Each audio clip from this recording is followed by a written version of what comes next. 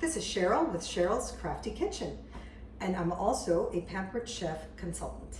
Today we are going to be making a recipe that is dear to my heart. It is the base for all things Latin cooking, and I am originally from Colombia, so this is something that I integrate into a lot of foods that adds a ton of flavor. And it's really delicious, really easy to make, and freezes really well. So I wanted to show you exactly what I use to make it, how you can freeze it, and we're going to be using today one of my favorite products from Pampered Chef that I've actually had for a couple of years now, even before now joining as a consultant, which is the Deluxe cooking blender. This blender is fantastic because it brings all these settings that are preset that can do so much. But before I show you the blender, let me tell you what I'm going to be making. So today I'm going to be making sofrito. Sofrito is a fundamental condiment in Latin foods. You can use sofrito when you're browning meats, adding it to stews, to beans, to rices, marinating meats, chickens, fish. Really, really basic and has a lot of flavor. So now I am going to show you the ingredients that we are going to use. I have a medium onion, which I've already diced. I'm just giving it a little chop here. So one medium onion. You can use yellow, white, or red if you need to. This is a yellow one that I had on hand. We are gonna use a red bell pepper. So we're gonna go ahead and just score that pepper and go ahead and take away the seeds. And we're gonna also rough chop that. Using one of Pampered Chef's coated knives. These knives work so well. I'm excited because in my kit, I'm also receiving the chef's knife of the coated series, and they are just so handy and they're very sharp. So I love that. I'm just gonna cut this into chunks as well. The blender does everything, but I just wanna be able to kind of have everything integrated real well. Okay, so we have that. We don't have to waste this either. There we go. Then we have two Cubanelle peppers. Now these are here in South Florida. In South Florida, they sell them at Publix, so they're readily available in most supermarkets. But if you can't find Cubanelle peppers, you can definitely substitute for a green pepper. And I'm just going with the traditional, so that's what I'm going to use. And I'm just going to seed that as well. I have a little bowl here that I'm using to throw out all my things. And just give those a rough chop as well.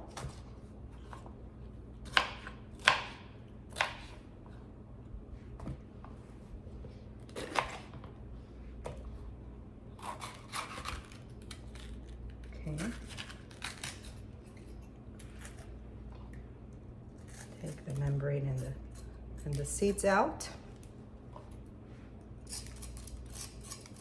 And I'm here working on the large grooved cutting board. I love it because this side is flat, but the opposite side has a groove. So if you are cutting meats and they are resting, the juices can, catch on the outer edge of the mat and not spill all over. So that's really nice. And this piece here, it's all rubber. So it makes it really easy for it to stay very put. The other thing that's really neat is that there are measurements in inches and in centimeters on the edge. So if you needed to measure something, let's say you were cutting a dough or a filo or whatever it may be, and you needed to kind of figure out how many inches, you can use your cutting board as a guide. So that is pretty neat.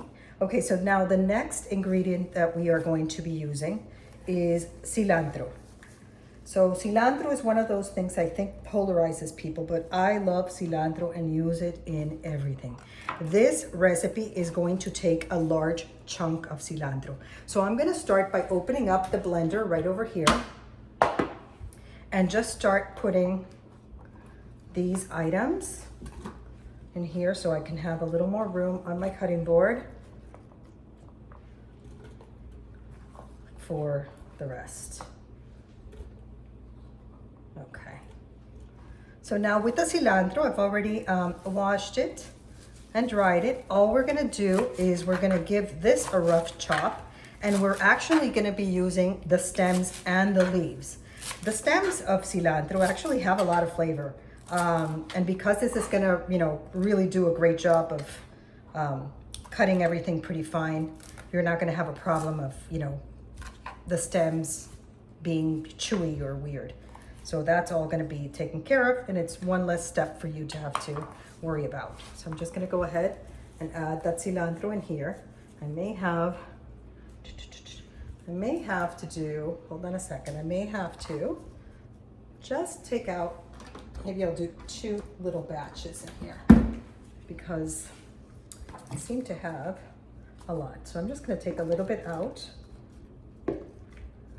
like so. And then add this in here. Hold on. I'm not used to doing the blender sideways. Okay, so I'm gonna put it in here. Now I can add my cilantro, and we'll just do a couple batches. Like that.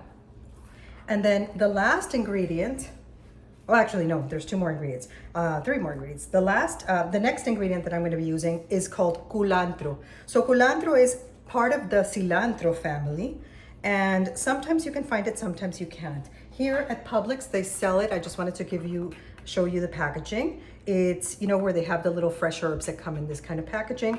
They sometimes have it, culantro. Or if you go to like a Latin supermarket, sometimes Asian supermarkets will have culantro as well. So all I'm doing is I'm just taking the rough stem at the bottom, taking that out, and just rough chopping this.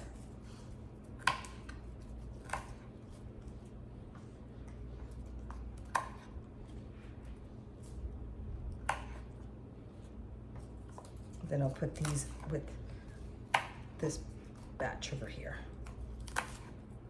It'll all incorporate anyway, so. Okay, so these guys we're gonna get rid of. Okay. The last food ingredient that we're gonna add is going to be 10 cloves of garlic. So I've already pre-peeled these cloves of garlic. And I'm just gonna cut these guys in half.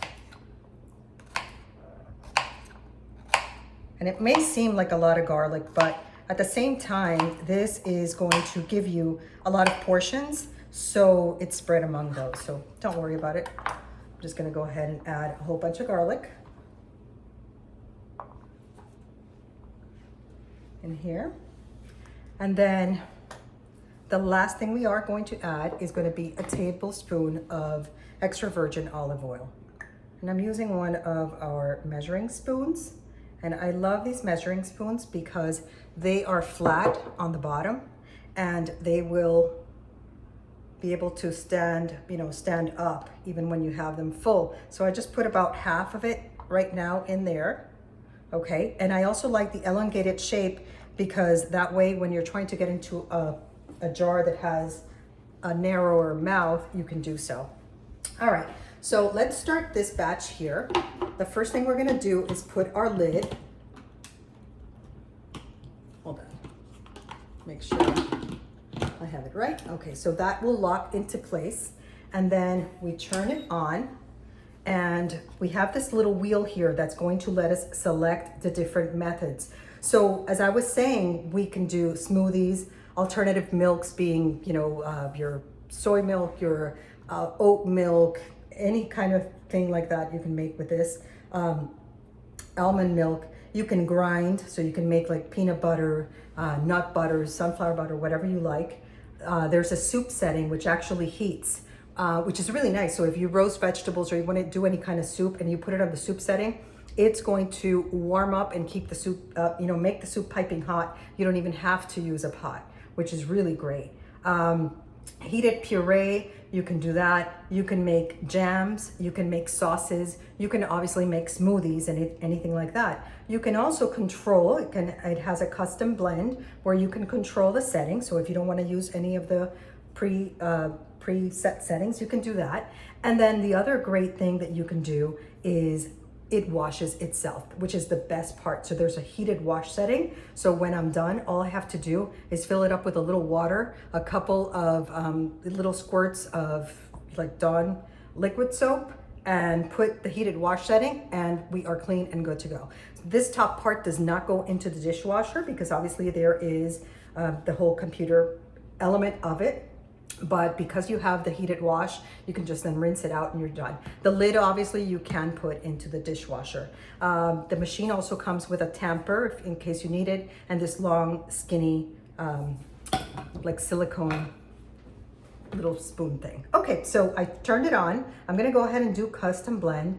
Let's put it, okay, so we're gonna do custom blend. I'm gonna do that. And then let's do it like in the number 2 setting.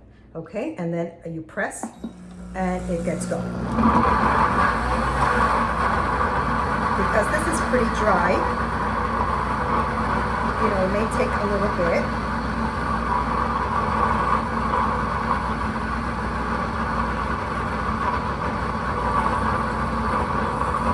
Okay, you see how fast that's going? So I'm gonna go ahead and cancel that. 1 second, and I'm gonna open the lid, and now I'm gonna add the remaining of the ingredients. You can see the capacity and how quickly this blender actually works. It works perfectly. Okay, so there's the remaining half a tablespoon of my olive oil. Okay, I'll put the lid back on. We're gonna go back to custom blend. I'm gonna go back to the 2 that seemed to work pretty well, and I press the button.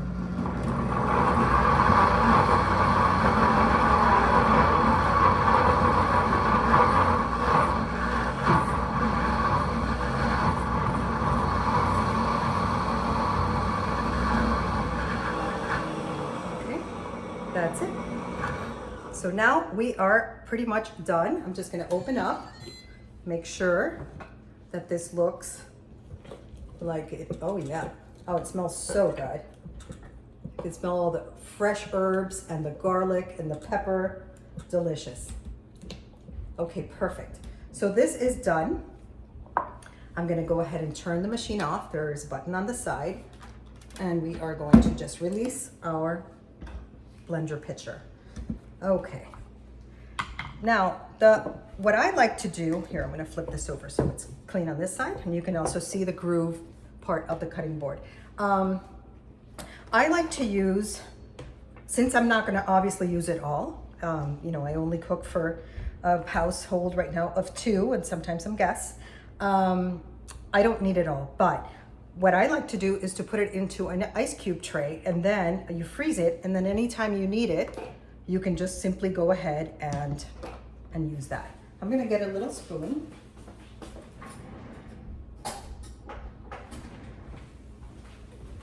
To help me fill these in.